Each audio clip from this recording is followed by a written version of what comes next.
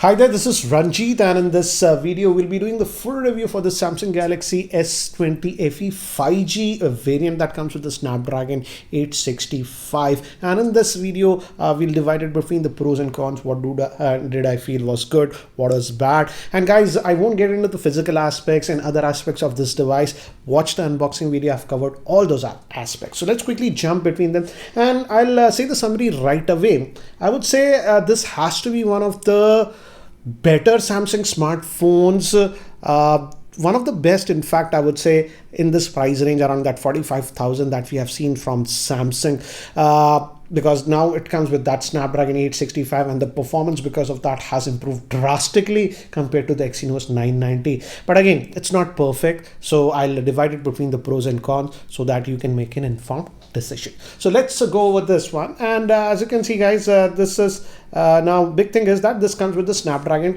865 SoC instead of the Exynos 990, and because of that this is actually a 5G smartphone. And in terms of 5G, I like the fact that it is supporting 9 bands of 5G. So whenever 5G comes in India, that's next year, rest assured 5G will work on this one. That's a big improvement, I would say, as compared to some of the Chinese counterpart smartphones that are selling 5G phones with just 1 or 2 bands of 5G. So that way it's actually nice. And first, if I talk about the build and in-hand feel, guys, because of using it for almost 2 weeks now, I like the, form factor of this one. What we are noticing these days is that we are getting phones with a very large screen, 6.7, almost 6.8. This is not that big. This is actually having a 6.5 inch screen, and it's a Super AMOLED screen like any other Samsung smartphone. So it's a good quality screen that you are getting. It can get pretty bright also. And the good thing is that it is on that 120 Hertz is supported. I use this phone exclusively on only 120 Hertz, not at that 60. If you use at 60, you might get even better battery life than what I'll actually show you. So that way it's good. And I like the in-hand feel of this phone. It does not feel that heavy or big or bulky, I would say. Let's look at the weight of this one and let it reset to 0. Yes. And as you can see, very comfortable, 190 grams. And this is actually good because these days we are seeing many of the phones crossing that 200, 210. That makes it heavy. So this, I would say, in terms of in-hand feel, it's very comfortable. I guess now one thing I don't like is that the back is that plastic polycarbonate thing. It resists the fingerprints. I like it, but this is not glass, guys. So that's what I've noticed. But they did manage to put wireless charging on this one, which is actually a nice thing. I personally don't use wireless charging, but I know some people like that. So this has wireless charging. I tested it and it works. Second thing is regarding the screen, as we are talking about that itself, the screen quality is good enough, guys, and indoors it's adequately bright. As you can see, I'm right now keeping it at very low brightness. You can go very, very bright and all those things. But the thing is that I noticed that in outdoor sun, it's summer right now, I felt, don't get me wrong, guys, it's not a con. I felt it does not get as bright as some of the other flagship smartphones that I have noticed. It's not like you cannot see outdoors, but I felt it could have been even brighter. So not strictly a con, but that is something that I noticed. Indoors, no issues whatsoever. So it's a good AMOLED screen. And as I've told you, let me actually show you. If I go to the display and all those settings here, again, this is the new One UI, and it's really, and you have all this thing. And the motion smoothness is that 120 Hertz that I have set. I did all my testing on this one. So that way it's nice. And you feel that. It's actually smooth within the UI, also no lags whatsoever that I'm noticing on this smartphone. And one more thing, guys, as it's an AMOLED screen, it does support this always on, but I have disabled that one. I'm just using this tap. If you tap once, it shows this always on, and it has this in-display fingerprint scanner. I'll talk about that in the later part of the video. So next, if we move, is I like the Snapdragon 865, and I think so that solved a lot of heating issues that we had with the original Galaxy S20 Fe that came with the Exynos. That used to heat up like crazy. This one is actually good. In that department, they have actually fixed it. Another thing that I like is that this one also has IP68 rating, which we are not finding in this price band. We used to get a lot of smartphones in this price band with IP67, 68. Many of the new phones don't have that, but this one does have that. What does it mean? You can easily dip it in water. If rain falls, anything, nothing will happen on this phone. So that way, I feel Samsung has done a good job. They didn't cut those features. Now let's also talk about the call quality and the earpiece. Here I have to say Samsung has done an excellent job, not only in terms of network reception. Right now also, guys, as you can see, I've again put my both the SIMs. That's what do you say, my Airtel as well as my Jio SIM, and again I will have to say the network reception was very good both on Airtel as well as Jio, at least here in Hyderabad. And also the call, the speaker, the earpiece quality is very good, and I even took very long calls on this one, about 50 minutes continuous calls. I never had an issue. And again, no issues with the earpiece or any issues with the proximity sensor. So in those areas, I would say call quality, stability of that, they have nailed it. No issues whatsoever, which is again an important thing, because what I'm seeing in many of the phones is that they give a lot of specs, but in these areas sometimes they falter. So if you take a lot of calls, no issues with this smartphone. So regarding the RAM management, here I was surprised, and the RAM management is done very well on this smartphone, and in fact it does not boot out the apps out of the memory. Even Truecaller actually works very well on this smartphone. So that way I would say it is actually doing a very good job in terms of RAM management. You don't have to worry. So excellent job that Samsung has done, and it does not boot out apps out of memory unnecessarily. So that's actually a nice thing. The next thing is regarding the battery on this one, and I was surprised with this one, guys. This has a 4500 milliamp hour battery on this one, and I have to say the battery life I was getting on this one surprised me, guys. The only thing is that, as I've told you guys, I'm not enabled this always on.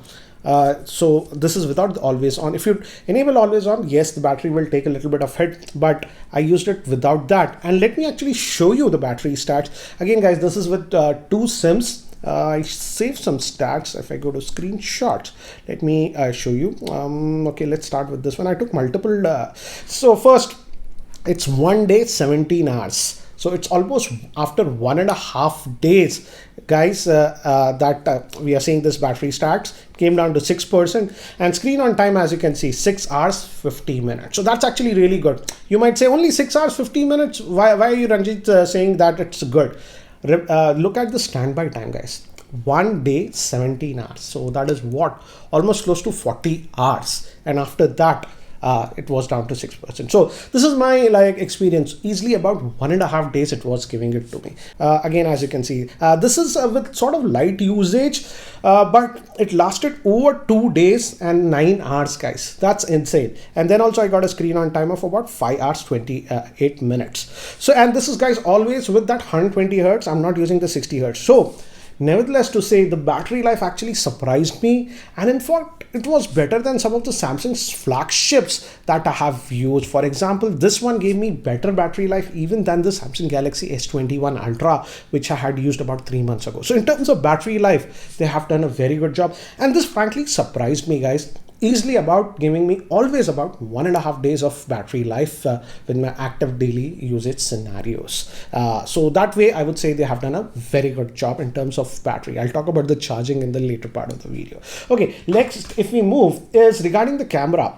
If you look at the back, guys, we have just a triple camera setup, and in fact, even if you look at the specs are not very fancy on this one, like what do you say, 48, 64 or 108 megapixel camera.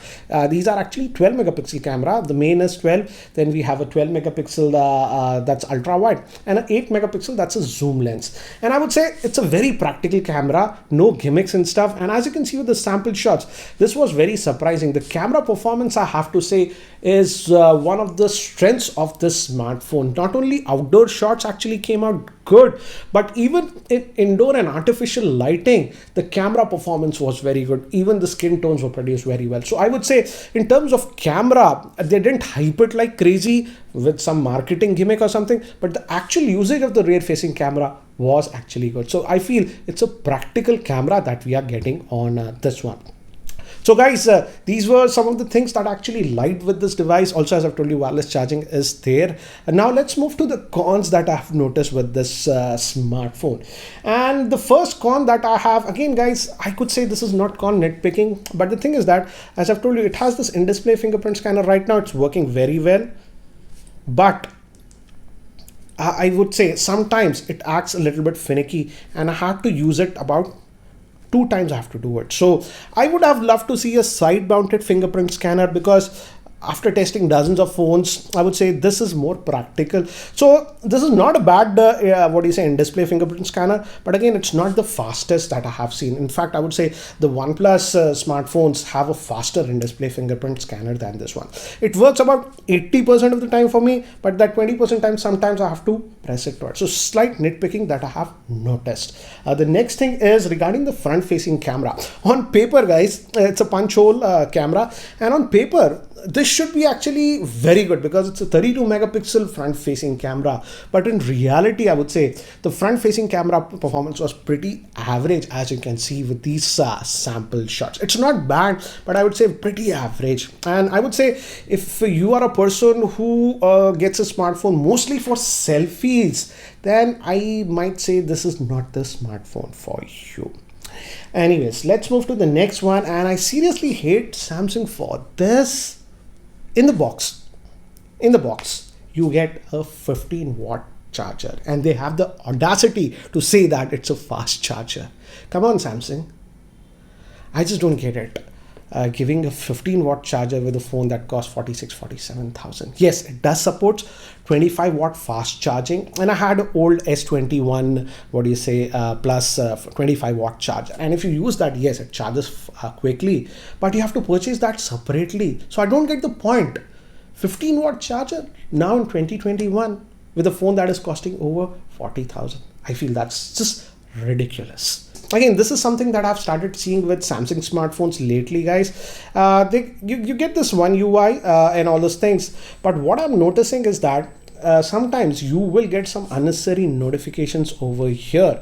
Even with this one, this is sort of their flagship smartphone. Then also, for example, if I go over here, the My Galaxy app was sending unnecessary notifications. You can technically disable it if you just go to and here in notification, I block everything. If you don't block it, you get some unnecessary notifications from here. And another thing that I've noticed is that some of the own Samsung native apps, for example, the weather app, if I click here, as you can see, we are seeing random ads. So I don't get it. What's wrong with Samsung? This is not a mid-range smartphone, costs over 45,000 around that price point, and now you're getting some ads in Samsung native apps. It's not happening everywhere, guys, but some of the Samsung native apps, as you can see, you are getting those ads. So I simply do not like this trend. Yes, I understand on the mid-range smartphones, you're keeping the cost low, but this is not a mid-range smartphone. So I just don't like that. And I would say this is sort of nitpicking. I miss that glass back on this one. Don't get me wrong. Yes, I know people will debate this plastic thing is more durable, but if it was glass, it would have looked even more premium in my frank opinion. The next thing is, as I've already told you, it does have this always on display, guys, and yes, it works pretty fine. But I noticed if I was enabling this always on display, the battery life hit I was getting on a particular day was almost close to about 13 to 15%. So again, that is something you have to note. And about heating, as I've told you guys, no, this smartphone does not heat up. And regular usage and stuff, it's fine, no issues. Yes, it gets slightly warm at the back, but that is normal. Only thing that I noticed is when I was gaming continuously for more than half an hour, yes, this area got warm. But again, I won't call it overheating like what we have seen on the Exynos 990 variant. So overall, to sum it up, I would say this is a very good smartphone. And one thing that we have to say with almost every new Samsung smartphone is, in terms of updates, Samsung has come a very long way now. In fact, all these new Samsung smartphones promise 4 years of Android security updates. And in fact, I'm getting regular updates on this one. In fact, the last update was very big. It was a 2 GB update. So we are getting updates almost monthly on these smartphones. And also Samsung has promised 3 years of Android updates. So that way I would say now it has become, Samsung in the terms of UI and updates used to be very low. Now they have become at the top. In fact, even Google Pixel smartphones don't promise 4 years of Android security updates. So in terms of updates, I would say they have done a very good job. And in terms of UI also, apart from that ads, what I'm seeing, One UI has become very, very responsive. So overall, I would say it's a very good smartphone. And certainly I would say in India, as of now, for this price point, you simply cannot get anything better from Samsung as of now. So if you are that kind of audience, I would say this is a very practical smartphone, but it's not a very flashy smartphone. So overall, I like this phone, and that's the best compliment I can give. Using it for almost 2 weeks, nothing irritated me on that smartphone that I felt like removing my SIM. That's the best compliment that I can give. But again, you got to decide if this smartphone is right for you or not. My job is just to present the pros and cons. And I hope you like this video. If you like this video, and if you're still not subscribed to the YouTube channel, hit that subscribe button. Anyways, guys, that's it for now. Take care. Catch you later.